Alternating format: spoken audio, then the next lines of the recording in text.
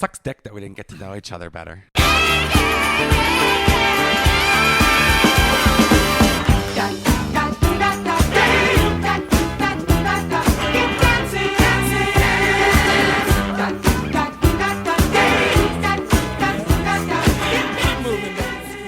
Well, we're back here on the Skimbo Lounge. Rory, how's it going? Meh. It's like a hard meh. It's like a Wednesday. A late Wednesday? It's like a late Wednesday. Seems to be the prevailing mood here, the prevailing sentiment. Rory, we got to start the show off and address a little Skimbo Lounge controversy. Really? That we found ourselves mired in. Ooh. Unexpectedly. How fun. So I will say this, and then Rory, you can contribute to my statement here, okay? Oh, sure. The podcast is not real. Of course not. The not. podcast is not real life. Who thought the podcast was real life? It's a comedy show. And for the record, whenever I say I'm going to cancel you and stop being your friend, don't take that personally, and you should want that. I am a mentally ill drifter and former male prostitute. You should not want to be my friend. Why did you want to in the first place? But understand that whenever we're talking about stuff on here, we're kidding. Yeah, of course. It's a little joke. I'd like to think that the people who have left me over the years are the people who developed taste. I mean, that's a genteel-ass way of looking at it, Rory, I got to tell you. I'm looking for a more pleasant life, greener pastures, and I got a feeling that you're not going there. But, Rory, that's a valuable role. You're what we call a practice boy. Oh.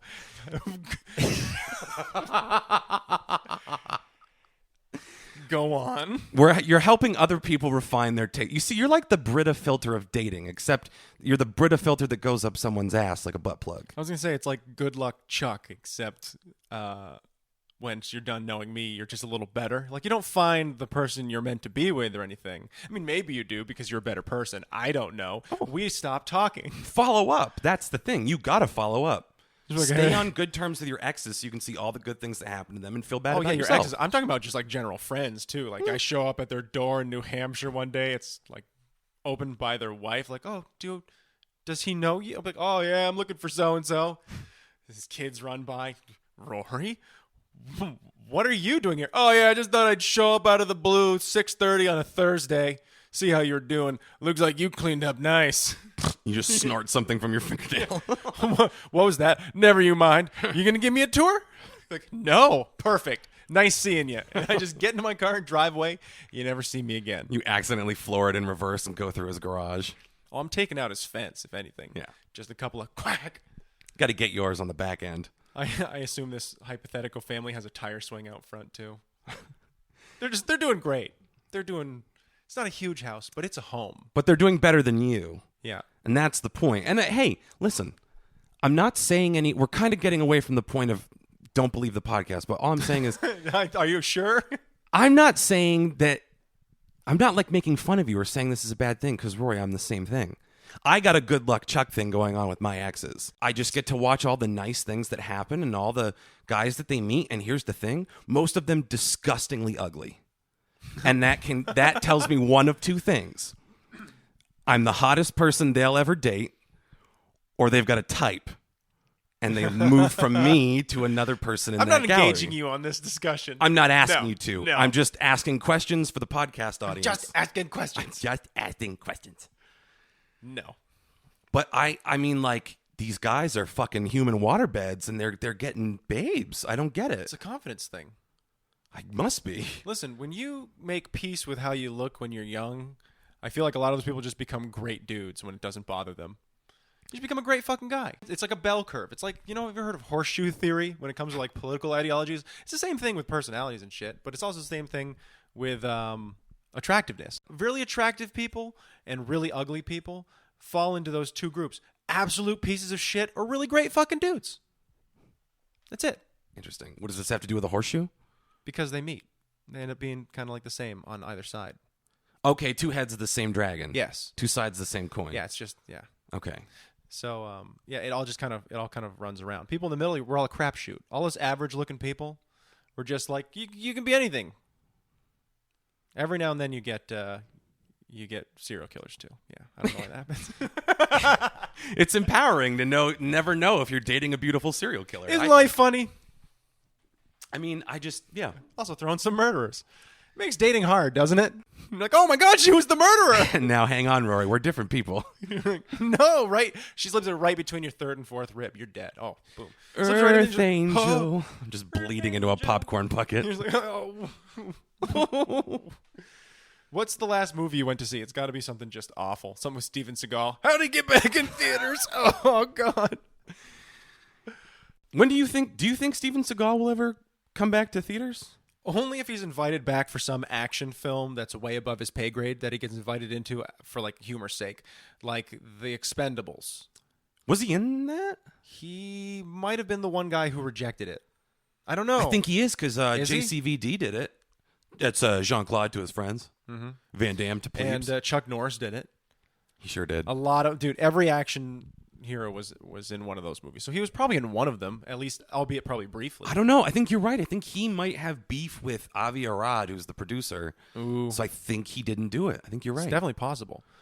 If he was ever going to be in on the big screen again, it was going to be the Expendables movies. That's my white whale too, and that's not a jab at his weight, but it could be. Dude, Steven Seagal and the Expendables. Oh man, I would have shot out of my seat like I was spring loaded. You're like, no way. But we're going to go back and see him in like a shot in the back. Like, you got all these bagels? Just him rampaging through craft services. And that's it. Here's the deleted scene you never saw because we never finished it. It's just the one take he did. All right, we got to get this. And he just like snots. This is bullshit. He had violent dysentery the entire shoot, so we had to film his scenes on a fucking porta potty. But it was blue, so we could just blue screen it out afterwards and put him in like a cokehead's palace. Put him on a spider body. That's the kind of movie I want to see. Oh man, just him clacking around. Click, click, click, click, click, click. He, I think the last theatrical thing he was in was Machete Kills, or Machete the first one. I'm sorry, I just keep thinking of Steven Seagal's spider bot. It's a giant spider. He's climbing the side of a wall, and they just can't cut the farts out of his lines. We gotta go to. We're gonna get the terrorists. I mean, that's. Oh, it's the worst thing ever. Netflix would buy that. That's all I'm saying. I would fund that if they didn't. I would start a Kickstarter for that movie. He'd show up. He'd show up for a fucking half sandwich and a bowl of soup. I don't even think we need his permission. I think we just need to raise the money on Kickstarter and go through his old films and take his body off of the things and cut all of the lines. Deep fake him. Yeah, you could probably, yeah. Or you could deep fake him too. You know what? I have a Seagal shape to me. So we could probably deep fake his face onto me. No, you got to put on some weight. We're going all out. You're going to be like Christian Bale in The Machinist. If you're doing this, you're going full bore. I can't do it. You got to eat this ham. This isn't worth parody. This is fucking stupid. He's definitely going to sue us. Just give me one of those fake suits that the women wear when they want to see what it's like to have a baby. Or Tyra Banks is trying to expose how hard it is to be a fat, frumpy person in society. Oh, like thanks, we can't all Tyra tell Banks. it's Tyra Banks and shitty network makeup. Yeah, you're like, no, I'd still sleep with you. I'd grease your She's cankles like, up. excuse me? No, you're still pretty Tyra Banks. But dude, it was fucking like, shit, absurd cut. what they did to her. Did you ever see that? No. The Tyra Banks goes undercover as a fat, bookish person? Yeah, not my type of show. Oh, Rory, you missed a daytime miracle. Did you see that episode of The View where Whoopi Goldberg said the stupid fucking thing? No, I did not. Well, you're missing out on some real insight from Meghan McCain, but I guess that's your problem. I can't believe she's on The View. But anyway, Tyra. Listen, no one had Is she? No, she sure is. Meghan McCain is on The View. Make no mistake. We love the McCains now, Rory, because they don't like Trump. Okay? Remember when John McCain did the thumbs down on the floor? It's all just the same He thing joined now. Team Good Guy. No, we're not going to talk about politics right now. We're not going to do it. We're not going to do it. Wow, you're saying that. Yeah, because listen, I'm on board. Wildly cynical about politics right now, so let's just not even go down that road. How can you not be? How can you not be? But anyway, Tyra Banks. Let's talk about Tyra Banks. And Tyra Banks so crazy putting on a fat suit. Dude, they literally they basically stuffed a bunch of burlap gunny sacks full of buckwheat and duct taped them to her.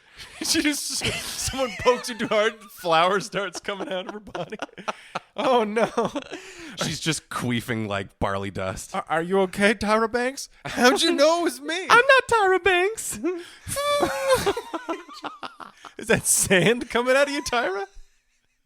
She's just pissing buckwheat. But sailing. They dressed her up like a fucking Midwest flyover state librarian. They gave her a little scarf and a little fucking double chin that they applied, and it just all looked like shit. It looked like she had Sculpey on her face. And then like a pair of glasses, and you or me would see her I guess in New York City, no, we wouldn't. She'd probably blend in with all the other fucking freaks. We would see the cameras and go, what are they doing? Yeah. Oh, look, it's Tyra Banks. Come on, man. You have to be smart enough to go, ugly costume. Why are there 5 cameras following this beluga from all angles? Yeah. Let's get a closer look. Okay, that's bad makeup. Okay, that's Tyra Banks. I would know those bedroom eyes anywhere. I had a poster of her in my room when I was young, and that was part of my sexual awakening. Can't do anything to hide them legs, girl. Yeah, I mean, it was just fucking obvious. So you know how insulted I would be if I was working out at, like, Curves or shopping at Lane Bryant, and fucking Tyra Banks in the bad pillow fat suit waddled up to Comes me in and to was talk like, to you about your cankles, and you're like, God damn you, Tyra Banks. can you recommend a chafing cream? And you're like, okay, I'll play along. I use Duramax, which I think is a flashlight. Oh. It was very... And I was fat at the time, so it was very insulting on that level. I'm like, you don't really know what we go through. You don't. No, of course not. Anyone who does anything for like a day doesn't fucking get it. Listen, I vacationed in Spain, and now I feel like I'm part of the culture. I'm the mayor of Majorca. They gave me the key to the city. It was chocolate. NBD. Yeah, I don't know. It's like anything, like any of those stupid fucking things. Again, we were talking about it earlier, where I'm like, I don't think Joe Rogan can talk anymore about fucking. He doesn't know what it's like to be poor. He doesn't know what it's like to be like a regular person anymore. He's out of touch, dude. He also like this. Can we stop with this canard that Joe Rogan ever really was a normal guy? Like until he was 19, he was one of us, and then he got on Hardball. And then he got on news radio, and then, just like everything's coming up Joe Rogan. Am I jealous? Yes, Rory. Oh, sure. He's had a really good career. Yeah. I mean, biggest podcast in the world. I mean, the Skimbo Lounge should be the biggest podcast in the world. I'm not sure about that. I mean, it's maybe number 4. Hosted by 2 mentally ill hucksters, so You'd think it would fit in. You think we'd be a shoo-in for other people. Yeah. I think we'd be everywhere. We probably shouldn't have said it was a joke. I'm not going to quit until I'm on the Wheaties box, which is like an athletic thing. So, hey, your move, Wheaties. Calling his shot. You heard it here first. You could be the first esports guy on the Wheaties box. I just make it to Lucky Charms box. They make me the new Leprechaun. I'm like, God damn it. But it's like this is insulting. 75 pounds of hard visceral fat from now. So you're not even like fat all over. You just have this like giant drum. They're after me, Lucky Charms. Like you hear me walking away. Give me the check. Just some guy following you with a little it. kit full of insulin and needles. They're magically delicious. Stick. You want to keep that foot, don't you? Yeah. Little kids are noticing me on the street. I'm traumatizing them. Get away from me. I'm not a role model. It's like wheel by in my rascal scooter. Dude, that's the thing is like not even to be insulting, but like you would be the funniest fat guy ever. Can't fit in the aisles at the supermarket. They put those little stands up where they put like the promotional foods out, and I can't get by. I mean, I don't have the willpower to. They're just so delicious. Like I'm pretty sure I could get by, but then I have to go buy all the delicious food. It's like Scylla and Charybdis over Trust me, here. I've tried. I thought about like going the full route.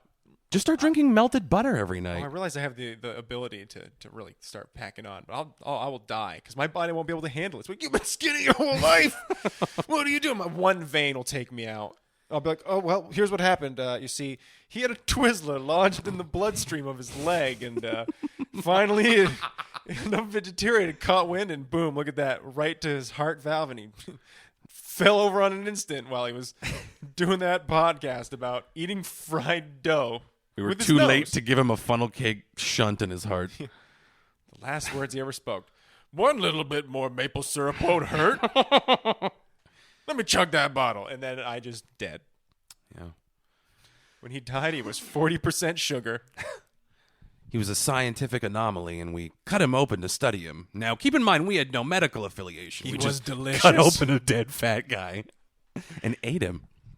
There was a lot more plastic in there than we thought. I'm telling you, if we start right now, if I get you on like a bulking program. And I just don't work out with it. No, you work out. We'll get you really strong so that your body can handle Beefcake. the fat. Yeah. And we'll just jack your calories. Like you'll eat like 10,000 calories a day. God, It'd be ridiculous. that's a lot. It's a lot. And it's going to have to all be lean protein like chicken and vegetables and brown rice. I'm kidding. We'll just make you eat Big Macs. Yeah. Okay. Okay, good. That's what everybody says. Like when Mac got fat for Always Sunny, he was like, yeah, I started off eating like 6 chicken breasts and trying to healthily get fat. And then I realized that's the stupidest fucking thing I've ever heard, and it's too much effort. I just started funneling Big Macs. Yep. And his wife was like, he's disgusting. I can't find his penis. That's the American dream right Truly. Hey, man. there. Well, I officially can't see it anymore no matter how hard I try. What is this little shiitake button here? America. You just press it and he farts. I mean, that's peak Skimbo Lounge comedy, pressing on a guy's micro penis until he farts. Listen, I hope no one took anything what we just said too seriously. That's my big fear now. No, I did. To bring it all back around, I got a concerning text message from someone. And to be fair, it was a text message. I couldn't tell how satirical they were being, but I wanted to make it clear, that this podcast is nothing personal. No, of course If not. you like Barstool and you voted for Trump, I reserve the right to judge you, but it doesn't I get to change make fun of you a little bit. my relationship with you. Yeah. Look what the fucking Democratic Party's doing right now. The whole thing is a big fucking... we're not going to talk about politics. We've all got... No, but even further than that, we've all got shit you could make fun of us for. Sure. You know? Look I at the like world. ASMR. Look at the world. My whole life just fell apart. I had to move home. There are tons of shit. I'm living in an already shattered glass house. Keep throwing stones, Throwing folks. stones at all of you. Fuck you. See? It doesn't mean anything. They're just words, boy. Words to keep us warm at night. The power you give them. Yeah, no, we just wanted to make that clear from Jump Street that there's nothing There's a good 20 minutes of us Achilles. rambling about nonsense, so I think that hopefully the point sunk. somewhere in there. Yeah. I'm trying to think. It's very hard to self-identify your biggest flaw or one of them. Laziness. I love too hard. I'm just too awesome a person, and people feel pretty intimidated. It's like going into a job interview. by that Yeah. awesomeness. I work too hard. Yeah. It's like, when I see people, then they avoid me. It's because I'm like, they're a pussy. I don't know. Maybe that has something to do with your flaw, Rory. Shut up. I guess maybe flaw is inaccurate because, like, if we're thinking about, okay, people who like Barstool and we're going to judge them for that, and that's a type, right? What do we like that someone could just as easily come at us against? Let's give them ammunition. It's like, let's see. I still play video games, so people think that's bad. But fuck those people. They're dumb. That's pretty socially acceptable at this point. Yeah, it's to some people, not to the Barstool crowd, not to the jocks. No, they have a whole esports thing. Fuck them. Bros play video games. They play NBA. They Yeah. play NBA and FIFA. Oh, yeah. It's the only NHL. game you can play while you're fingering your girlfriend. Sports bros play sports games. Yeah. I'm talking about the nerdy shit. Like what? What's the nerdiest game off the top of your head? Probably RuneScape for sure. Okay. RuneScape's pretty fucking nerdy. I'm playing that for like 15 years. I'll allow it. That's pretty nerdy. I've got to get this cape. It's very important that I put this cape on because it has these certain stats which are going to allow me to do this. Blah. I have several mana. Don't you understand that when I put this on, there's a chance for my items not to degrade by 0.1% while I'm in combat? Don't you understand? It does make me want to smack you if I'm being honest. Yeah, see? Exactly. Well done. What do you got?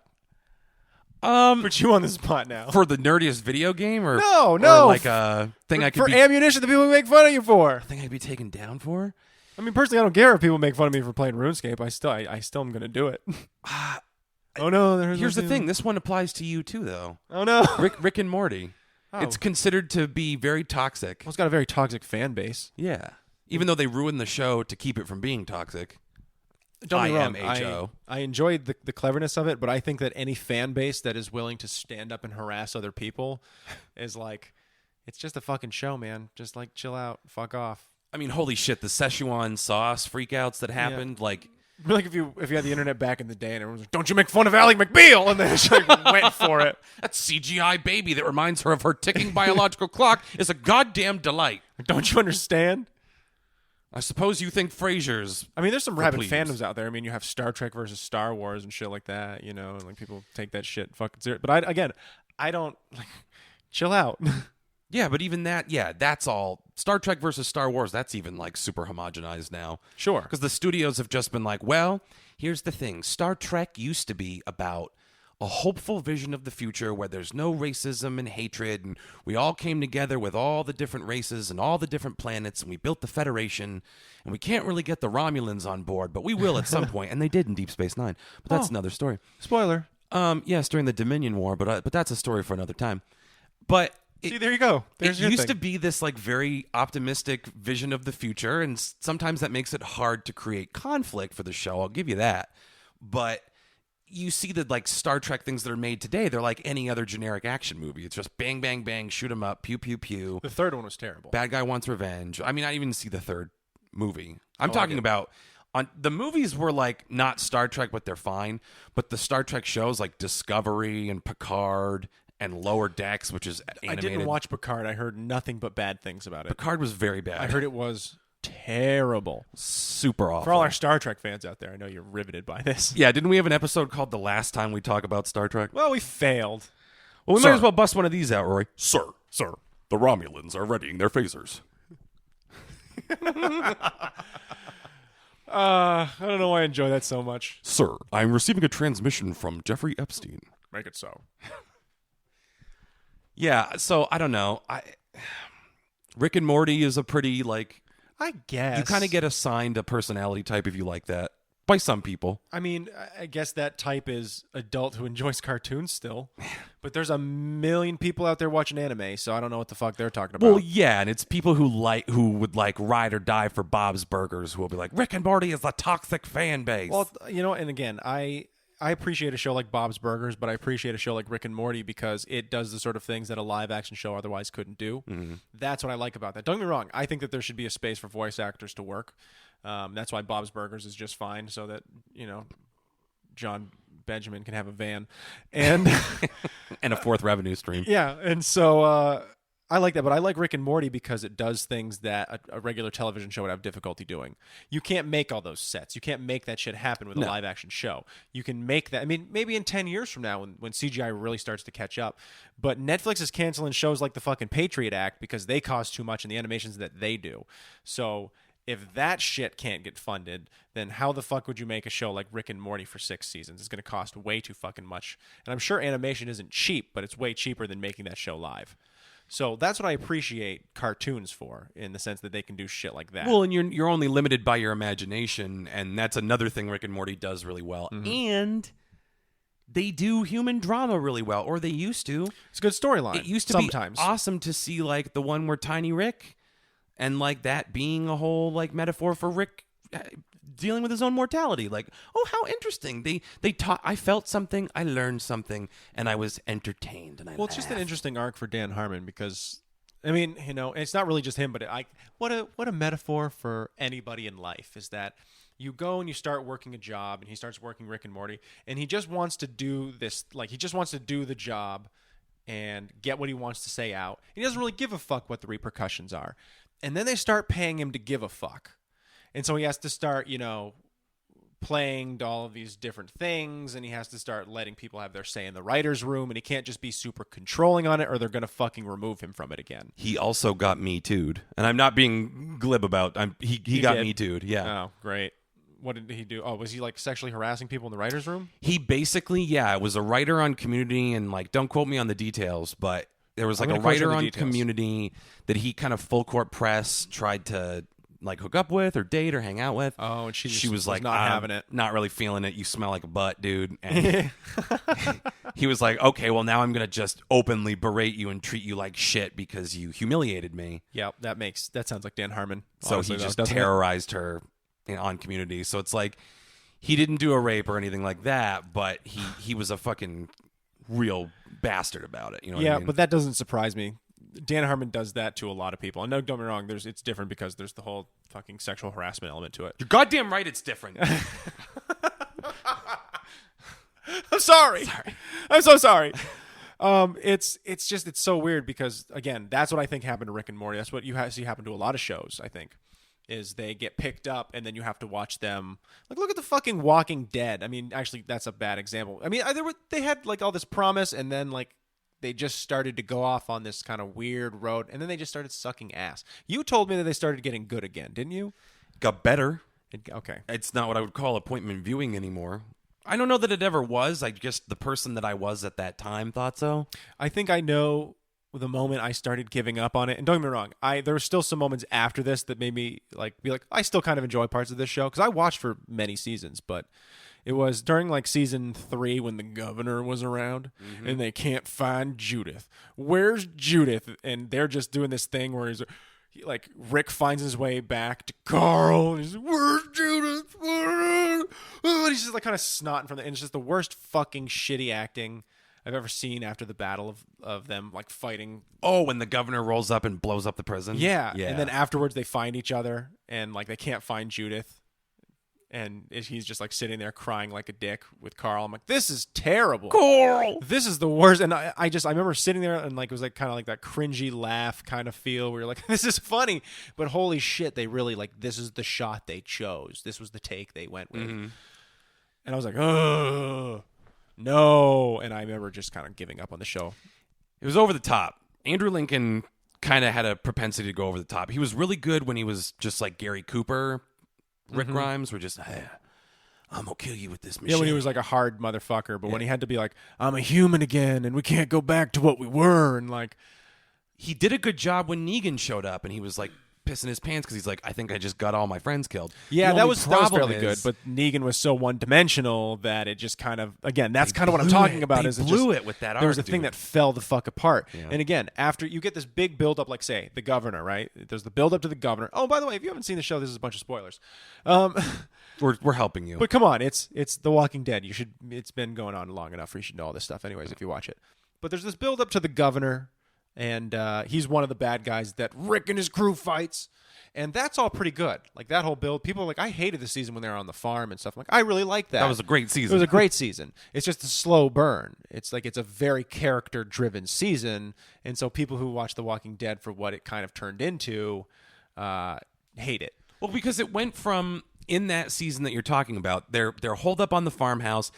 I don't know what the timeline is, but it has not been long since the end of the world. So everyone's still coming to terms with that. There's a lot of morality that hasn't been worked out, like that our boy Dale, who is basically a senior citizen tanner. We're losing our humanity. He's got the beard and the bucket hat. Yeah, that's true. We are losing our humanity. Don't you understand? Are you gonna watch when we execute the boy? And there's like an actual moral dilemma about like some enemy combatant that gets hurt and they're like, we could leave him, but we end up taking him prisoner and we fix his wound. Can he be integrated into the group? Because these were like rapists and murderers. They torture him too. Yeah, oh yeah. They torture his ass. So there's even more of a moral quandary where they're like, after what we did and knowing that he has other people out there, that'd be like, if it was one of us in this situation, we know that they would eventually get back here and then some shit would start happen. cutting off fingers and mailing them to us. Yeah. All of the postal service is gone, much like real life. But we said we weren't going to get political. Apropos.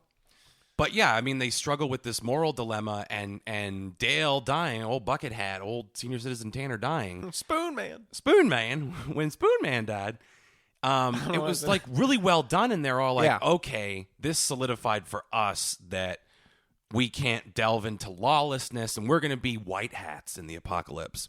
Sure. Which, for those unfamiliar, white hat and black hat in cowboy movies, white hats are the good guys and black hats are the bad guys. Mm-hmm.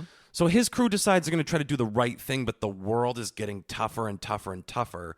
And you kind of watch how you figure out this new world, how you deal with people when the rule of law is completely gone, and it's kind of up to the honor system to keep it. Sure.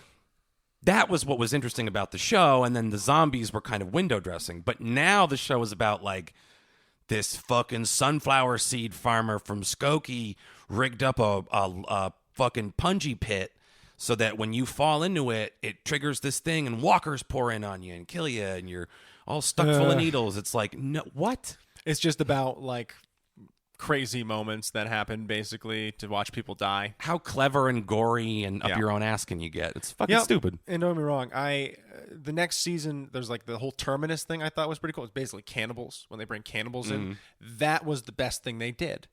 But it was just as quickly over. I'd say from like, because after, okay, so they're in this prison, and then the prison gets destroyed by the governor. And so they all run the fuck off, and they all see these signs for a place called Terminus. And it's obviously just like the terminal station where all the trains meet up, the Terminus. And cannibals have that place. And so all of their friends end up there, and they all almost get eaten by cannibals, who they then, one of them saves them all, and they get away. And Rick's like, we should go back and kill them all. But everyone's like, no, we can't do that. So they leave, and those people end up trying to hunt them down. And so then they murder them all in a church. And after gorily. that, I just didn't give a shit about the show anymore. I was like, well, they're not going to do anything better than this. And the Negan thing was pretty crazy, as he murders people with a baseball bat. Yeah. And he's a great character in the comics that they just made fucking suck. The ramp up to him is fantastic. Yes. And then everything after that made me stop watching the show. Because he's just such a fucking lunatic. Not everything translates directly. Like, the character in the comics is definitely like, all you fuckers are so fucked. Like, he swears every other word. You fuckers are really fucking fucked now, you fucks. You obviously have to tone that down for TV. But in doing that, yeah, I guess. Can't you take a new approach with the character and, like, make him less of a fucking Bugs Bunny villain? They just didn't want to. They're like, no, we have to do the comics. We have to do what people want. And the comic is just this looming evil, one-dimensional blah. Yeah, pretty much. I mean, he gets dimension in the comic, don't get me wrong, but the show just botched it. I don't know. This is probably terribly uninteresting for our viewers, listeners. Yeah, maybe. The show talking about The Walking Dead. How we would do better with The Walking Dead. Yeah, it's like, hey, weren't you fucking buttholes supposed to give us shit we could make funny for? Well, this is it. We've been sitting here talking about The Walking Dead for probably a solid 10 minutes now. Apparently. And why it was a bad show. Yeah. Yeah. Well, there you go. Yeah, there's some stuff to make fun of. If you guys ever feel bad about yourselves, just remember. Also, I'm afraid of clowns. You know, I finally realized something about myself, Rory. What's that? I think I'm finally ready to start stalking a celebrity. Oh, that's not where I thought that was going at all. Well, where did you think it was going? Not there. Well, I'm sure you probably thought I was going to say I'm ready to date. Yeah. I think I'm finally ready to get back on the dating horse, or I'm going to try meth again, or, I mean, I don't know, innocuous things, normal things normal people say. I don't see what was abnormal about that. I'm going to give myself stigmata, you know. Well, give me time. I wish you would stalk a celebrity. They're not worth your time. Well, that's where you're wrong. Stalk like a bishop or a politician. To do what? Scare them. Obviously, you're stalking them. I'm not stalking a celebrity to scare them. I'm stalking them to make them feel loved and appreciated. Calling Anthony Weiner from his cell phone. Just, you're going to die as you cut your hand with a knife. There's no reason I can't do that and also, like, lightly stalk, I don't know, Zooey Deschanel. Okay. We were talking about her earlier, so she'll do. Oh, I see. So there's not a specific one. No, and you know what? I should put more thought into it. It really kind of is like dating. I mean, if you're going to put that kind of effort into it, you might as well really go for broke. I mean, come on. We should do that as a Skimbo segment. It's The Bachelor, but it's just me picking from 12 different celebrities about which you'd most likely stalk. Like, will you accept this dead bird in a box? Oh, thank you. I will. It is super. I was so... Listen, I'll do anything for my fans, says Miley Cyrus. And then it just like cuts to 6 months later. You're like, I'm so happy just to cut to you like rifling through her trash. It's like, it's been like 6 months. I think things are going really well. Every now and then it just cuts to her opening up like the shades to her house, like looking out like afraid and worried. Oh, she sees you and like hides underneath like a shawl as you like knock on the window. And yeah. I'm always watching over you, Miley. Yeah, it's just you calling her. You're going to die, bitch. Bitch. Yeah. I love you. She's like, I think it's going really well. And it just is like this weird relationship the two of you have. That's beautiful. I don't know. I think That's with a great her, reality show. It would be a real Beauty and the Beast thing where she would like at first be like, oh shit, this is a problem. This morning she threw out a jacket and I shoved it in my mouth. Just really fucked my gums up on the rivets, but it was worth it to feel close to Miley. And she sees that and she's like, there's something sweet and almost kind. There's something there that wasn't there before. It's just me eating her garbage. You're just eating a banana peel, like just and a bit alarming. Yep. That would be an all-time Hall of Fame. I mean, that's how it's got to go. She hits you with her car on the way out. And he was coursing unrefined. Poof. And now he's here. His femur shattered. So am I. It's really cute that he thought he would ever matter. And then she just beats me beautiful. with a pipe. And I come. She brings over her muscular guard who tases the shit out of you. And she looks in, but she like gives you that kind of look like, he's my stalker. This is our thing, yeah. Wouldn't it be nice if we... Credits. That's how you know everything's going to be okay, because she smiles at the end. Your Honor. I think we've heard enough from the defendant. This is just all testimony. You kind of cut you in a courtroom, you look across, she is not smiling. I'm in a neck brace and I have like super thick Coke bottle glasses on. All the hits to the head with the pipe fucked up my vision. And she broke my neck when she backed over me in the driveway. But if I'm being honest, it was very erotic when she First paralyzed time I ever achieved orgasm. She hit me with a car and I was able to climax, Your Honor. I've had sex with countless women numerous times, but I consider that time Miley Cyrus ran me over with her car to be the first time I was ever really intimate with a woman. The time I made love, Your Honor. You know what I mean? Sit down, Mr. Koch. I know her in a way that only a man who's been hit by her car can know her intimately. This is like the worst thing ever. You said you got something to talk about in the second half, and I said, "Oh, I'll get us back in." I'll get us back in. And I kept my promise. So you're welcome. What celebrity? See, we be stalking celebrities for totally different reasons. So you're eating their garbage. I'm trying to instill fear. Okay, walk this out. Well, it's like someone like Nick Kroll like doesn't necessarily deserve to be a celebrity who just is there because his parents have billions of dollars, so he could have done really whatever he wanted to do. If he wanted to be a good stockbroker, great, or whatever, you know, he was always going to have money. Kroll, you fucked up. It's okay. I've got tons of money. Now you know who my parents are? But so he just, I mean, don't get me wrong, Nick Kroll's funny, but he's the kind of funny that anybody would have with $1 billion. Okay. Yeah, he's fine. Give me $1 billion and I'll be fucking hilarious. Yeah. You know, actually I won't. You'll never see me again.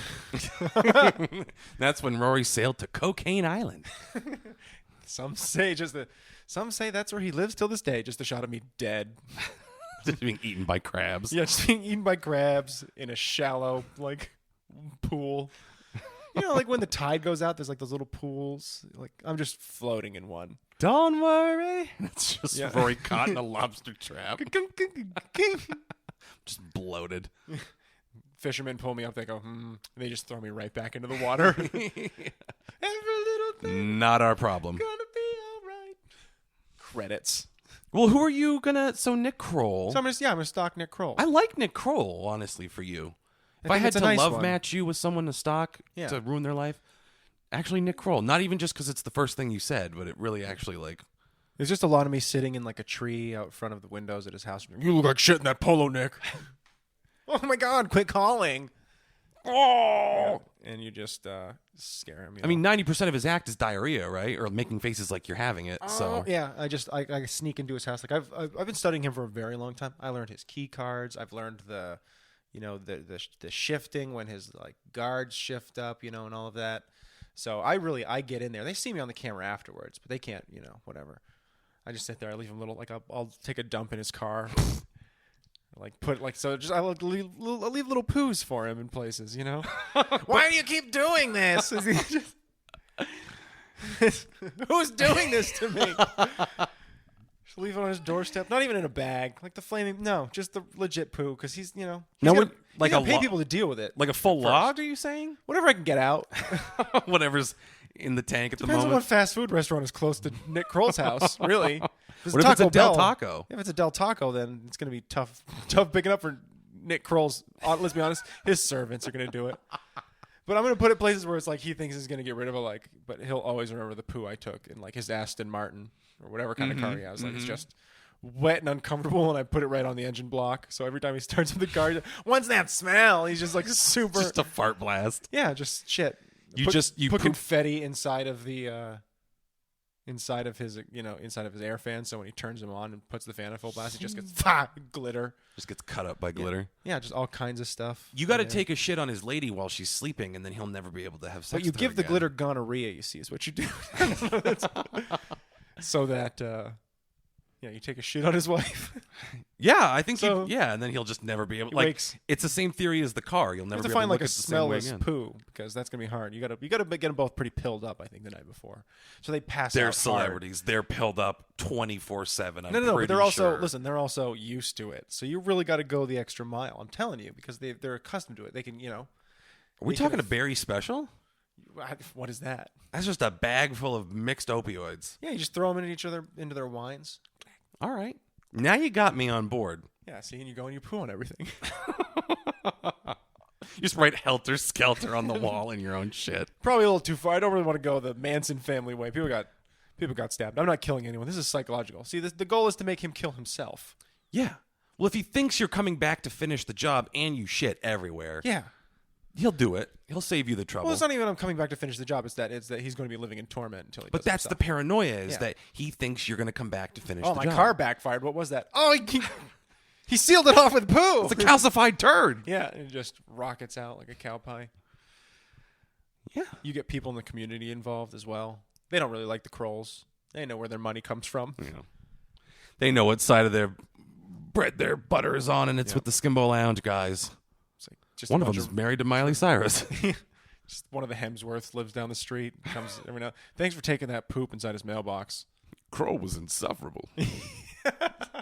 That was more Picard than a Hemsworth, but No, it's fine. we'll take it. That'll do. Everyone knows what he was trying to do, right? Yeah. Yeah. I'll make up for it with some bad Pacino. You guys ready? Yeah, do it. Okay. I heard that Miley Cyrus ran over some guy with her car. And I heard that someone keeps going to Nick Kroll's house and taking shits on everything he owns. Hooah! That was pretty good. Yeah. There you go, guys. Yeah, well done. Have you ever heard that? Like, that doesn't sound like me. He's like, You motherfucker. Oh, I'm coming for you. we just watched Scarface the other day. Can I make a candid confession to you? Sure. Now, keep in mind, I have a master's degree in screenwriting, right? Yeah. Had you never seen That Scarface? was the first before? time I'd seen Scarface. Yeah, I hadn't seen it in its entirety in a long, long time. It's like one of those things that like was left on TV when I was really young, probably shouldn't have been, kind of things, you know. Yep. So like again, and edited for television, you're not going to get you're not going to get like the chainsaw on the back of the dude's head. Yeah. It's the first time Fudge I'd seen you, that Tony. scene actually. But yeah, that's so. Yeah, what did you think? What was your honest opinion? I liked it. The wheels kind of fell off towards the end. Like, Yeah, there's it only ramps so up much really like quick, and they just like jump cut to him being like he's out of control and he's fucking up, and it's just doing a lot of coke, Pissed off moving him. a lot of coke. Like once he reached the top, there was nowhere to go but down, Yeah. and that's a quick ride anyway. Just everyone shows up and shoots him. So like, Yeah. it was not. I mean, whatever. I see it as being good. like, again, it's very abrupt in the storytelling because of the heavy jumps they take. That's my criticism of the movie. But I think that scene's pretty legit just in the sense of it being, that's how it would be. They just show up, they gun them down, and they die. I think the stupid part about it is him being like, I can take your bullets, whatever, fuck you. And he's just like, Just getting winged. yeah, his whole thing, his whole career is just, his whole life is just, I don't fuck you, I'm not afraid. His buddy gets fucking chainsawed down in front of him. Whatever, man. Fuck you. Spit in this dude's face. I'm ready, and you just want to see it out of him once. Shoots his buddy because he's, married to his sister. Yeah. Just like With a whole... the terrible accent. I'm pretty sure Yeah. it's like a fucking wasp actress being like, Tony. Yeah, She does like a weird offensive Middle Eastern thing instead. it is what it is, kind of. Is Sure. one of the, yeah. And it just ends with him like that. It'd just been great if they had just made him afraid maybe in the end. Like he shoots everybody, he goes, he's using his gun and he runs out, and then he just, I don't know, anything. Yeah, well, that's the problem with the movie, too, if I may put on my critical analysis stocking, is like it doesn't, like as a character, he doesn't really have an arc. He doesn't change. He He's doesn't just kind of the evolve. He's same the start to guy from finish. beginning to end. Yep. Yeah. Which, whatever. It's that kind of movie where it's just kind of like the spectacle of it. And it's another weird thing that it was considered Michelle Pfeiffer's breakout role. She has like 5 lines in the movie. So obviously it was just because she was stunningly hot in the movie. Yeah. Just powdering the space between her But boobies look at the whole time when it was made. True. 85? Something like that. It's just that period, you know. It's just that's what Hollywood was. 80s excess, yeah. Yeah. So I don't know. It's a fine film. I had only ever seen excerpts from it, like the big famous stuff. The chainsaw scene was one of them, Sure. which is weird because it was presented in grad school in the context of like great writing because of what it says about his character that he just watches icily. And then now that I've seen it, I'm like, yeah, and he doesn't like change in any meaningful way because of it. Again, not that you have to. Look at everybody his wants real arc some. is just like his only arc really comes from him becoming a more jaded. I mean, not even really. His arc is cocaine. Yeah, his arc is cocaine. His He arc just is gets more and more he kind of fucked up. falls. Yeah, he falls into being more fucked up and more cynical, which is hard to say. You know, he goes from being like, "I want the whole world," to having the whole world, to being like, "This everything's fucking bullshit, and who cares, and who gives a fuck, and I can do whatever I want now." I got no one to share it with. Except he doesn't use that voice in that movie. I got no one to share it with, man. No, he did a good job with the accent. He worked on it. Yeah. You know, it sounds goofy. It looks a little goofy, I guess, with the benefit of retrospect. But at the time, I bet people were blown away. Well, that's why he had a career. It's true. So You don't just get to be Alphonse Pacino, which I don't think is his actual name. no, But we can pretend that it is. Old Uncle Al. Alphonse. Alphonse. Old Uncle Alphonse. Alphonse Pacino. He comes by and gives you nickels like that's a currency anymore. Hooah. Here you go, kid. Did I tell you I had the first edition of the Fantastic Four? And I'm not just talking about those twins with the huge cans. Hooah. You know what I thought about? Is a weird tangent, but I was like, because my sister has 2 kids, Sure. and I was like, they're never going to handle paper money. Not at this point. I was like, they're never going to handle paper money in their lives, probably. I mean, it'll get to a point where like they go to school and they need money, but by then schools will probably have like a card system for lunches. You think your nieces are going to get chipped? Oh yeah, by George Soros and Bill Clinton and Bill Gates and all the pedophiles. You knew right where I was going. Yeah. Thanks, Q. Yep. Thanks, Q. Great. Fucking idiots. Yeah, I mean, the thing is too, like QAnon is like spreading. It's into the mainstream because friend of the pod Machado, not a QAnon person, but asked us to talk about adrenochrome. So I did a bunch of reading about that, and I'm like, oh, this is kind of what it's all about. Is adrenochrome is apparently found in child blood, so pedophiles need to drink it. I don't know why they have to have sex with the kid too. Maybe to activate the adrenochrome. Didn't do that much research on it. Didn't want to get put on a list. Yeah, that's I don't know anything about that. Like the reasons behind why pedophiles do what they do or explain it away in this weird cult thing that QAnon thinks that they've discovered. Yes. Well, and Donald Trump's going to snuff him out. I know the other end of it, which is that they think there's some guy who's right next to Trump with Q level clearance. Seriously, who has just like the scoop on everything, and that, you know, Trump is secretly playing 4D chess up there, and he's really like, he's this many steps behind the globalists and everyone else, and he's secretly coming to save us. Cut to the scene from Billy Madison where the janitor's like, Billy likes to drink soda. Miss Lippy's car is green. That's just Q telling everyone what he's learned from being around Trump.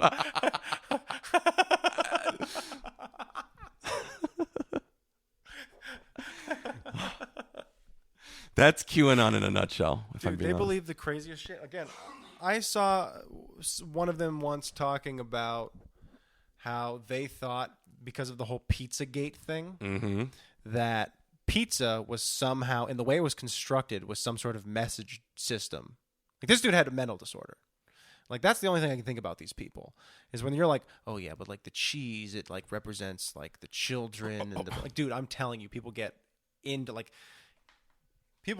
shit. They like look for codes that aren't there. Kind of a Beautiful Mind shit. Like looking, except morons. Yes.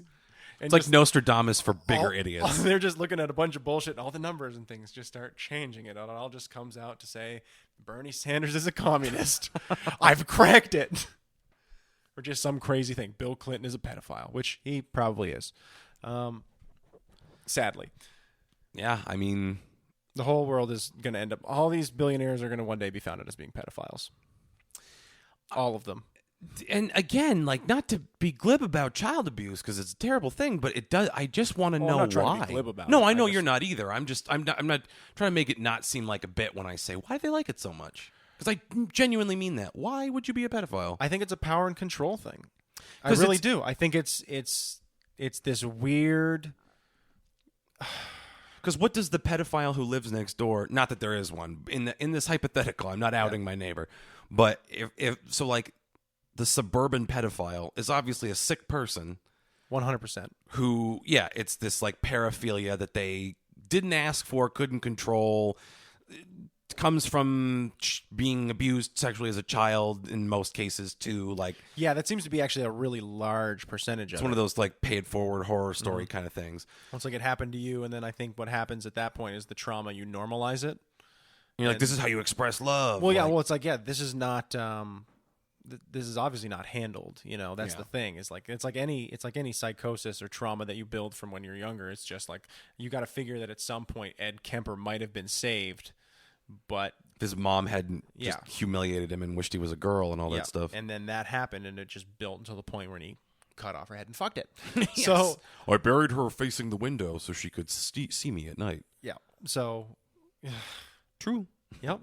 And he jerked off with her hands. He cut her hands off and used them to jerk off. See, here's what I think. When you look at all of those, I'm not saying that they develop in the same way, but I think they develop similarly. What, serial killers and pedophiles? Well, like psychosis like that. Whatever way it develops and forms is, I think it's all just like it's something that happens when you're young that you just don't deal with, and that's your whole life just gets focused around that, whatever it is, and you just develop that fixation, and I feel like that's probably what it is for them. But when you're a fucking billionaire, I think it's fucking different. To get back to that, right. I think it's different in that sense, because I don't think I can ever really understand what it's like if I was sitting there looking at a screen and it said your net asset is now at $1 billion. It's been calculated. This is your stocks or whatever it happens to be. You've got this much liquid asset and it's this many $100 million, and you've got this much in the market, but you're worth, let's say I became worth $2 billion fucking dollars.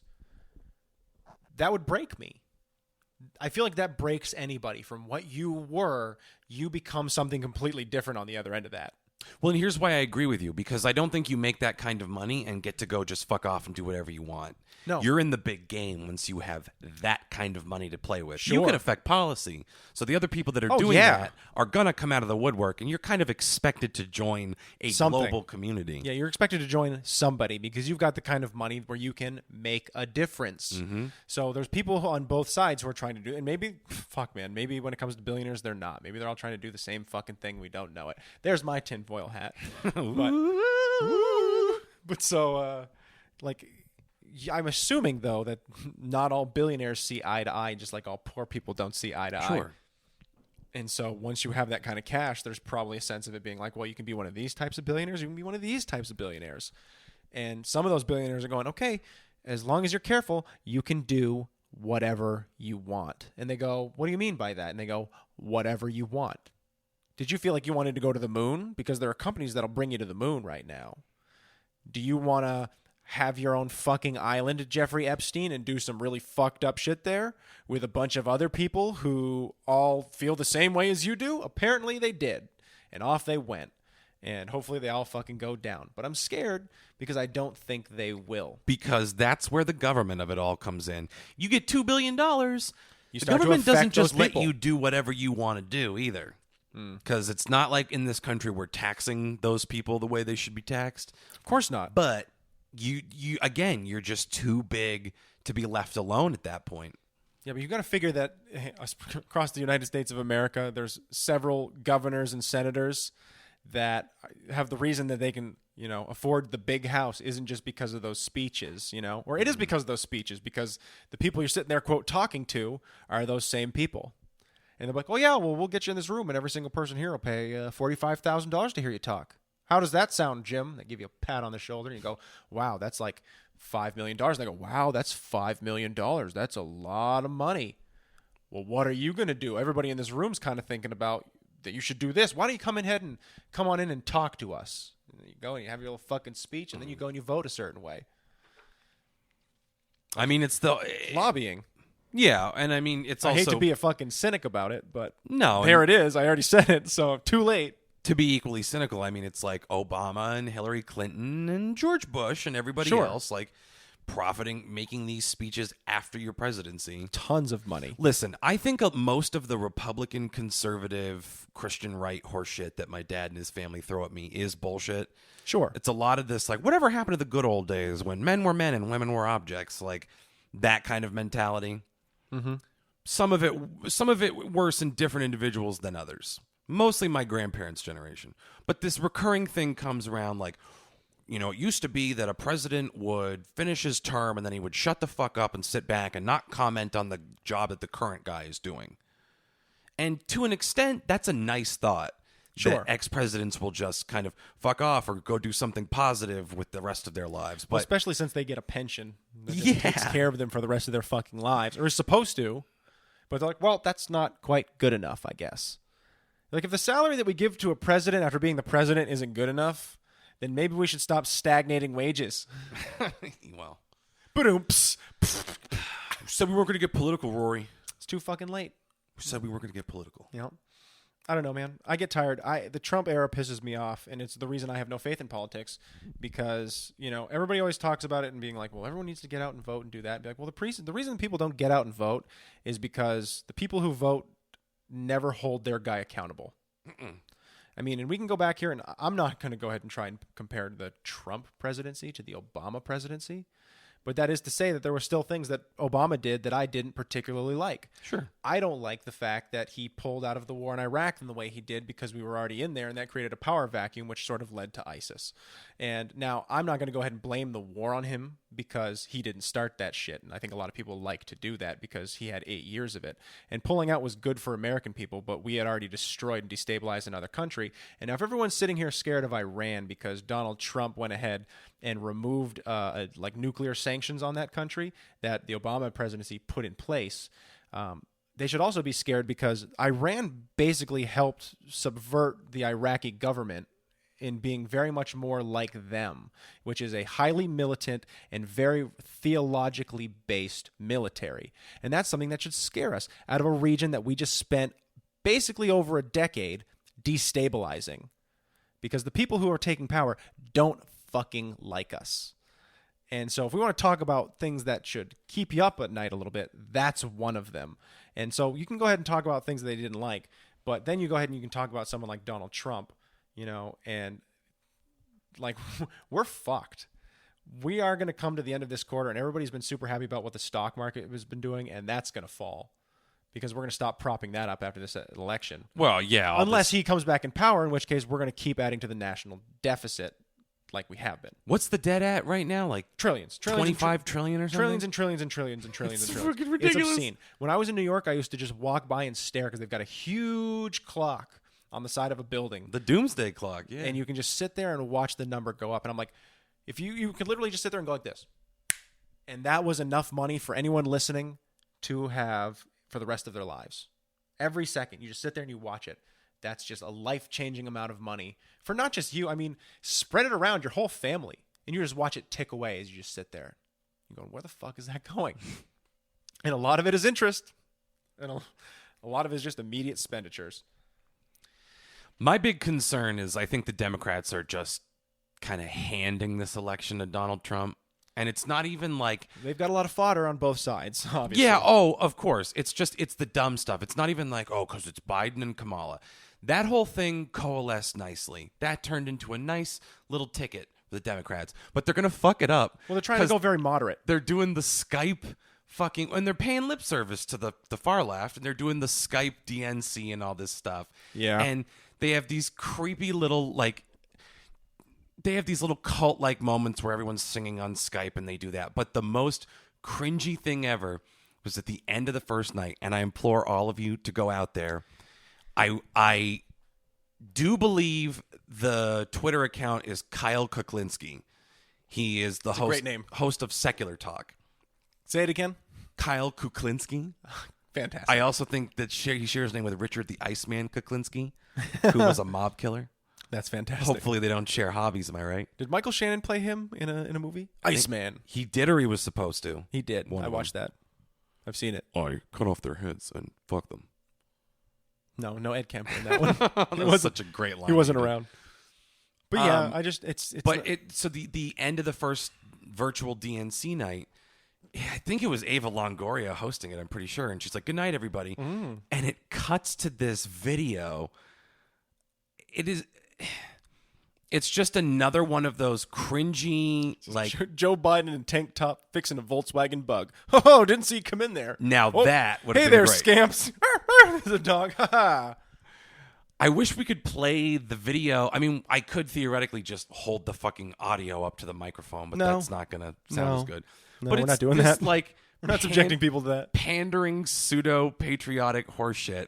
I'll link it to our Twitter. They just got to stop doing this kind of stuff where it's like out-of-touch celebrities who are like, one team, one fight, and then they drive away in a hot tub. Here's the problem. Limo. Conservatives eat that shit up and liberals see through the bullshit. I don't think they do. I think liberals right now are cynical. And they I think leftists are cynical. I think they have every right to be. I think there's a difference between liberals and leftists. That's true. Liberals are really neo-liberals at this point. There's like a moderate section within the Democratic Party, obviously. And they are probably tickled pink right now. No, yeah. I mean, your average enthusiastic Joe Biden voter, not like I'm enthusiastic because he's the alternative to Trump. It's like, no, he was my first choice, and I got to vote for him. You're someone who like put him in there in South Carolina. True. Yeah. That person's tickled fucking pink because he's not going to do anything. He's not going to give. He's against Medicare for all, and he's against marijuana legalization. He's an old man. He's an old fucking triff. Which is, and you never know. You never know what's going to happen because it's all going to be a financial thing for him, and he's a war hawk, which is what scares me based on everything I just said. Yep, it's one of those. Like a war with me. Iran if he could. He would, if he could. That's not great. Look, all that's going to happen is he's got everything he needs if he becomes president, because all he needs to do is re-enter negotiations with Iran over their nuclear deal. And then that doesn't happen. We start sanctioning the shit out of them, which escalates, our relations with them. And then we start moving our warships into position, because we have bases everywhere in the world. You better goddamn believe we still have bases in the Middle East. We still have people over there. We could very easily just send people back. He has everything he needs to escalate a war with Iran.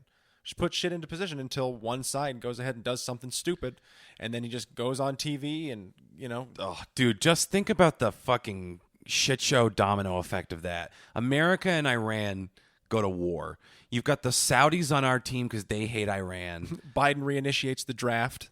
Oh, can you imagine? I can't imagine. But it we would age out, wouldn't we? No.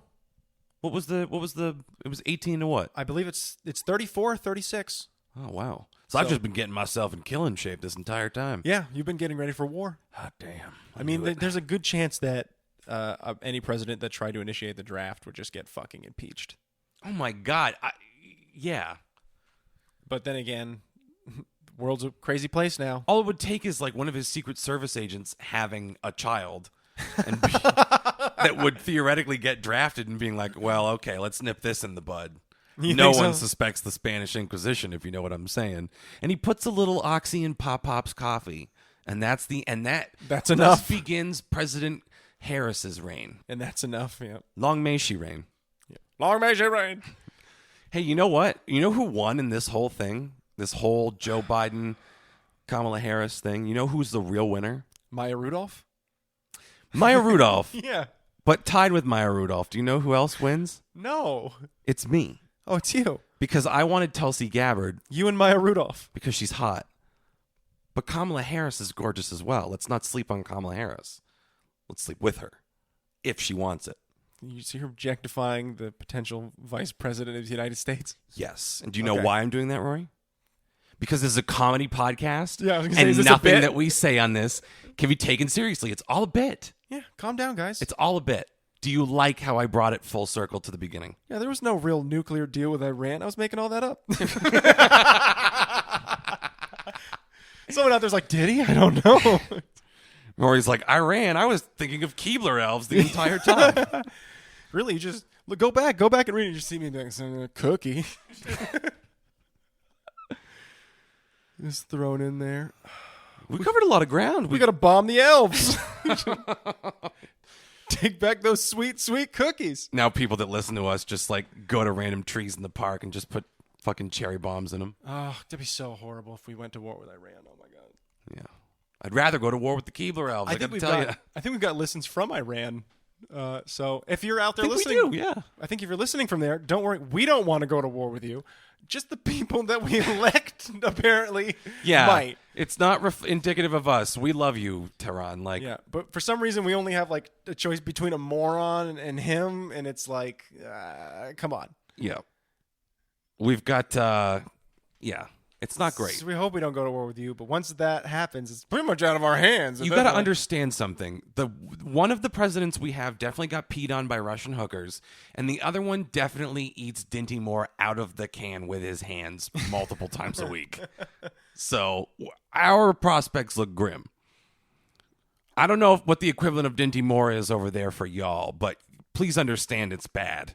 Yeah. It's basically dog food. It's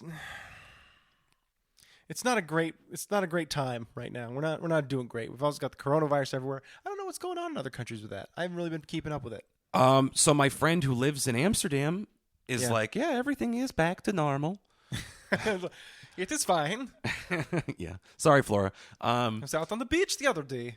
I just was checking in with her. I was like, hey, and I took this grave tone. I was like, hey, is everything okay over there? How are you holding up? And she's like, oh, we went to the market the other day and I wore my wooden shoes and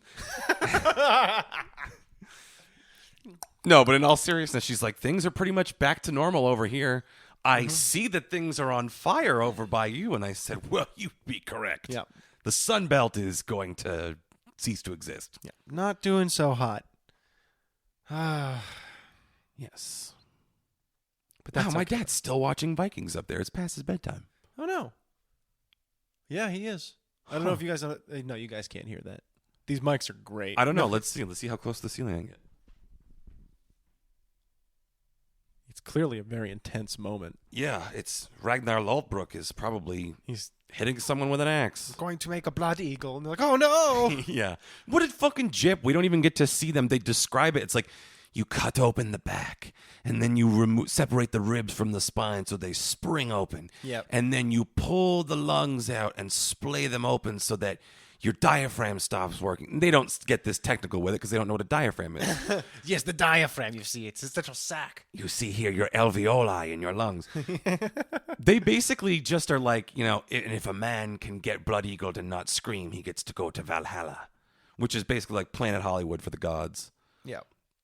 And like, cool, but you didn't show us. You bitched out. Made us look at the dude's ugly face the whole time. Well, you get to see him a little bit at the end with everything kind of straight up. Yeah. I wanted more. You wanted to see that from the back. If you can see it from the front, wait till you see it from the back. You've no idea how happy that made me, by the way. That's a Doja Cat lyric. I keep it juicy, juicy. I eat that lunch. She keep that booty. She keep it plump. If you can see it from the front, wait till you see it from the back. Back, from the back. Back. Is everyone else Put my out there? ass in your face. Is everyone else out there following along? Because How long I take to pull my pants up? I've never heard a lot of Doja Cat. I got to be honest. I don't listen to a lot of Doja Cat. Well, we're going to change that. Next week, Rory's review of Doja Cat's album, Hot Pink, I think it's called. Oh, really? No, I'm not going to do that. No. You're going to do that. I think we're going to review some Netflix or some shit. Yes, I told you I was going to spring one on you. Yeah, what's that? I like what we did last time where we only said The Last Days of American Crime, but then I watched the wrong Missy, so it got grandfathered in. Sure. So this time I'm calling our shot, and you got to pick one to send to me off air. Sound good? Okay. Now, the problem is, Rory, I've immediately forgotten the name of the movie. God damn damn it. I was going to say, is it going to be a good movie or is this a bad movie? It's what are we the going Jamie for? Foxx one with Joseph Gordon-Levitt and Jamie Foxx. Powers? Where you eat the pill and it gives you powers for 5 minutes. I have not watched it yet. I was Okay. going to watch it soon, though. I think it's called Project Power. Yeah, something stupid like that. Okay. Would you take a pill? I've seen no For material 30 for seconds. It's basically like you take this pill and the pill could kill you, but it also gives you superpowers for like 30 seconds or something. it. So it's Blue Chew. Mhm. Okay. Yeah. Yeah, exactly. Okay. I could do anything. Chewable boner pill. I'm unstoppable. All right, get over here, Harold. You're 70. Boning your plain wife. Gross. Yeah, so that's the gauntlet I'm laying down to you is we are going to watch, and you at home should watch it too so you can make an informed opinion. It's Project Power. Project Blue Chew. Look Power for it on pack. Netflix. A little bit of Monica. So we'll watch that, and then we'll review another mystery movie. So just watch the whole catalog of Netflix. Well, because The Wrong Missy and American Crime were both Netflix originals, right? They were both bad films. Yes, they were both Netflix See, films. yes, fair dodge. So we're watching another Netflix film? Yeah, you should pick another Netflix film. No rules other than that. It should have Can't be the a little, television show? the little red N on it. It's a long time commitment. We got a whole week. That's a big time commitment. That's the only thing. I'd be down to do Fuck it. you, what else are you doing? A bunch of stuff. No. I have to draw all those pictures that people don't We're even gonna look watch at. the review. We're gonna watch The Wrong Missy 3 times in a row. Oh my god. Then review it for you. I love this movie. It's like in grad school where they made us watch The Exorcist back to back at night when I lived in a scary old ass looking like Catholic ass neighborhood. That's sweet. It was very terrifying at the end of the night. La la la la la. You're walking home. You're like, oh, this is fuck. What? Kid just standing in his yard bouncing a ball. Your mother sucks cocks in hell. Whoa, kid. Now that's just Boston kids. You can't chalk that up to demonhood. No, you can't. That's just bad kids. Yeah, that's just the kids in my neighborhood. All right, so Project Power is that, and then a TBD that you guys can't participate in because you suck. You Yeah, take works for everything me. we say here literally, and that's the problem. I'm just thinking of scary children. Like just around dusk. You're gonna burn, Rory. There's the kids from Village of the Damned with the blonde hair and the glowing eyes. Yeah. Little Puritan outfits. Get out of my brains! And I just kill them all with a garden hoe. And it turns out they were just kids with with like glow in the dark. They're just albino kids and you had a tumor. Yep. Well, good thing we found it. Cuff them. What a pickle. And he saved my life, but I have to go to prison for the rest of my life. Technically, these kids did commit a murder. They just didn't know that's what they were doing. So, what do you do when a man with a tumor kills a bunch of kids that killed a tourist? Unfortunately, this was also in 1936, so they just shoot me. Basically. Yeah. No room for the mentally ill in society. Oops, well. Don't even waste a bullet on him. Let the horse kick him to death. The horse kick him. You imagine, you're sentenced to death by kicking, sir. No! Oh no, not death by kicking. Oh, God, it's a really old, half-blind horse. This is going to take forever. Actually, that sounds like a great thing we got to do in a movie. It's a good bit. It's good salad. Just getting kicked to death by that horse. Well, I guess you can't really top getting kicked to death by a horse. Or if we could, we'd have found a way by now. So That one got me good for some reason. I don't know why. Just some poor bastard getting kicked. They just strapped him to the tree, put his arms around. But really, I swear, I didn't steal that bread. oh, Good sir. I said, whack. They just tickle the horse's ass with a feather. Poof. God, I love frontier justice. So clean and elegant. I'll pay for it. It's a quarter. Because things cost so much less back then, you guys. We just let our horse kick a German immigrant to death out by the old kicking tree. Oh, what was his defense like? Well, no, what? We didn't care to stick around and find out. Chained him up. We fed the horse coffee. It had kicking to do. It is a surefire way to get a horse to kick somebody in the face. Just caffeinate it and scare it. Yeah. Boo, fuck you. Ah, and just starts kicking wildly. Well, in the meantime, you can catch us on the Instagram at Skimbo Lounge. We're on the Twitter at Skimbo Lounge. I'm a little more active on the Twitter these days. I went on it once and said something weird. I can't remember what it was. Yours was about lizards on the moon. Jeff gave you credit for a string of tweets that I made, and I have never been more offended in my life. Not that they were attributed to you, but that my hard work was taken away from me. Good work, Jeff. You're welcome, by the way. Like Rory knows what WAP is. I had to tell him on the last podcast. Now he knows it's wet-ass pussy. Yeah, I do now. Thank you. I really don't know what I would have done without that information. If you would let Ben Shapiro tell you about wet-ass pussy, you'd be fucked. It's just it's offensive. Why can't anyone else go home and make love to their plain played wife? What you do is you get the marital sack out, you zip her up, put your penis right through the hole. Right through her sandpaper labia. Right as God intended. She loves it, don't you, honey? Well, that's the show. Please like and subscribe. Yeah. Yep. Well, yeah, please like and subscribe to us, too, I guess. We're on YouTube and all major podcasting platforms, but you already knew that because you're listening to us, you cretins. So support our work, or I will hurt the dog. No! Shit. Rory, you got anything you want to plug? No. Okay. He'll do it, you guys. He'll hurt that. Okay. Send some help. Well, until next time, thank you. Go fuck yourselves. Goodbye.